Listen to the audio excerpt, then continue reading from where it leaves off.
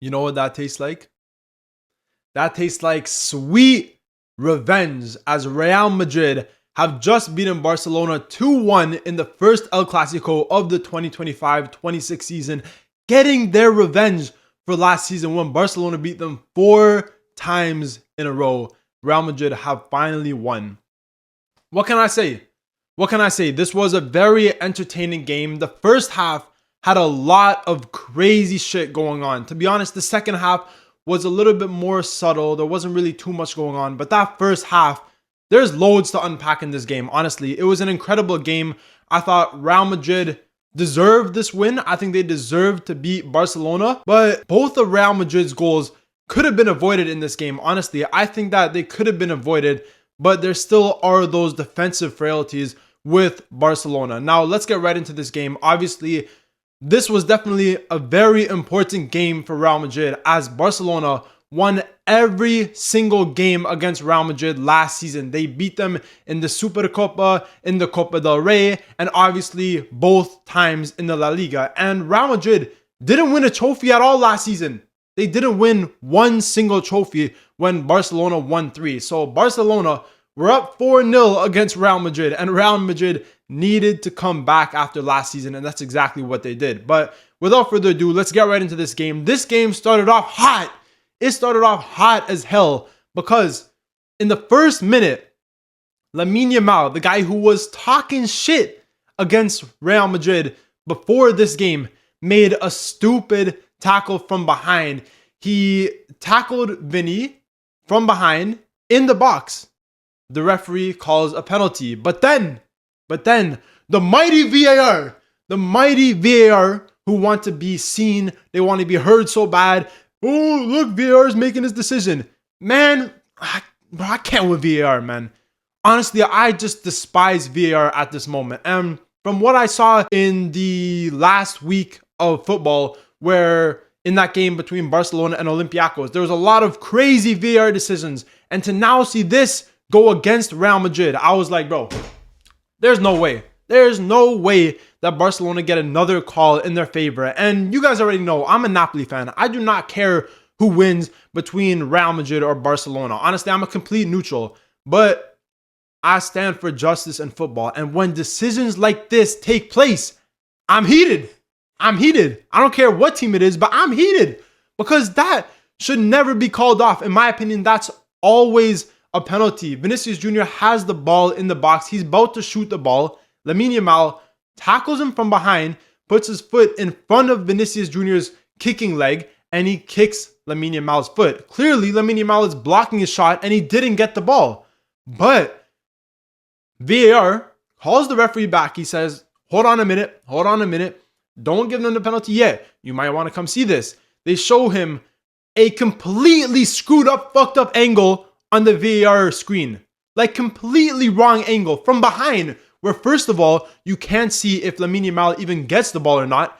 But second of all, it looks like he doesn't do anything wrong and Vinicius Jr. just kicks him. That's not the case. He put his foot in. He put his foot in front of Vinicius Jr.'s foot without getting the ball. But on the VAR screen, you can't see that. And the referee cancels the penalty. Honestly, that was bullshit. In my opinion, that's 100% a penalty. Like, I don't know what else to say with this VAR bullshit, but it's going to keep happening. So, hey, I guess we're just going to have to move forward, right? But anyway, cancels the penalty, which I think is already a very controversial decision. But then Mbappé scores a wonder goal, beautiful goal from outside the box, volley right into the bottom corner, incredible goal. And once again, it is ruled out. It is canceled because the goal is canceled because he was 2, maybe 3 millimeters offside.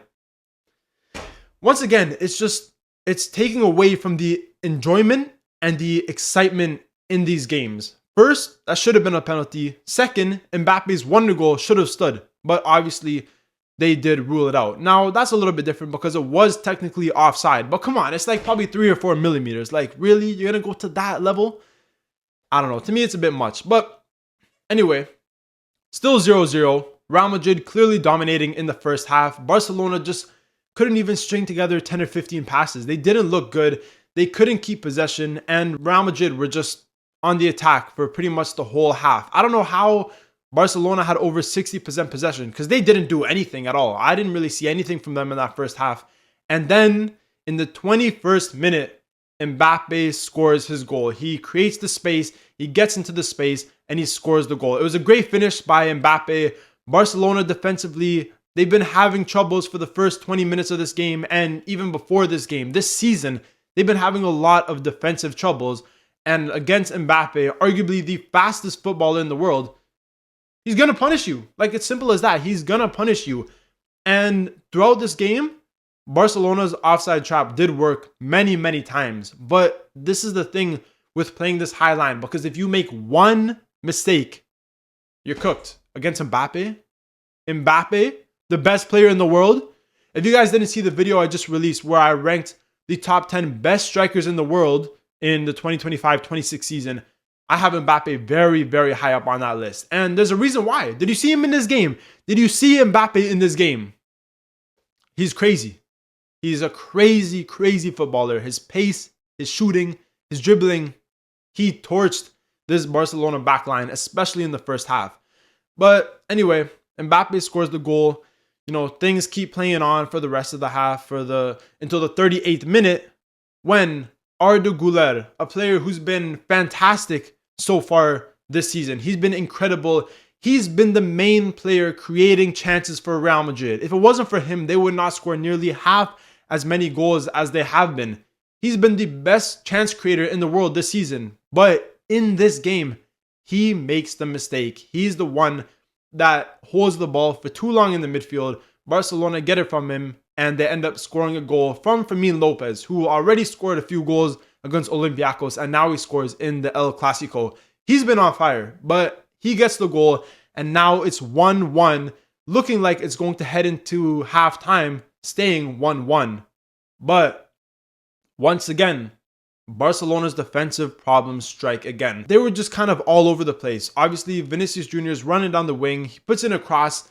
It's not a good cross, to be honest. It's a horrible cross. But Eder Militao gets the head on the cross, heads it back into the box, and Jude Bellingham's wide open.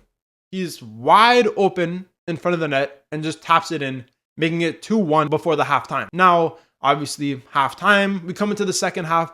Barcelona look a lot better. They're dominating possession. They're playing much better football, and Real Madrid just don't really look that into it, to be honest. They don't really look like they're having the best half.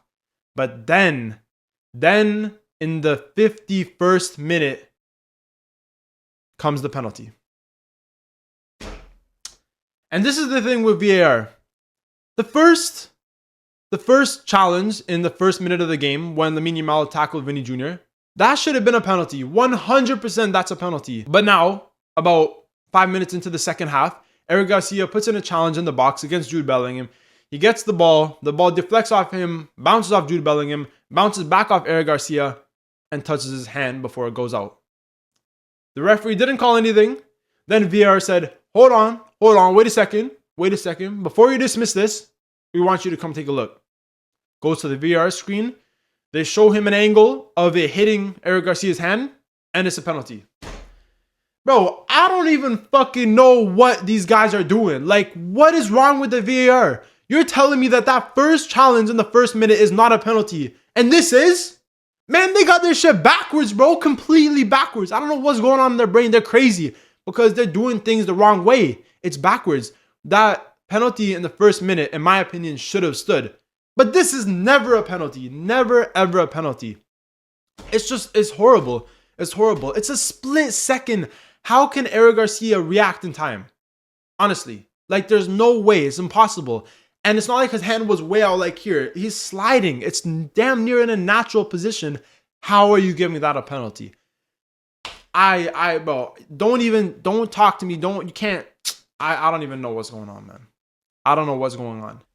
It's crazy, man. It's crazy. But with that being said, justice happened as Szczęsny saved Mbappe's penalty. Honestly, it wasn't even a bad penalty, but it was an incredible save by Szczęsny. And due to obviously João Garcia being out, I think Szczęsny had a very good game. I think he's been pretty good. He made a lot of saves this game. He definitely kept Barcelona in this game with that penalty save. But even if we look past that for the rest of the half, Barcelona were definitely the better team. They were dominating possession, and that was pretty much the rest of the game. They had more possession, but Real Madrid defensively were very good. Barcelona couldn't really do much.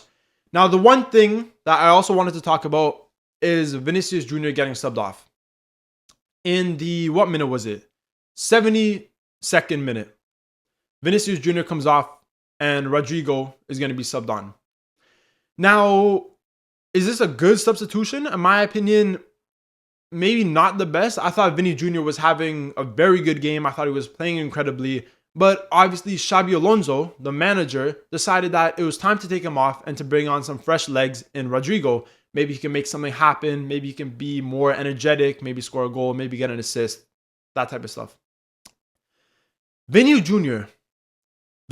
Jr. Did you see how this entitled piece of shit reacted?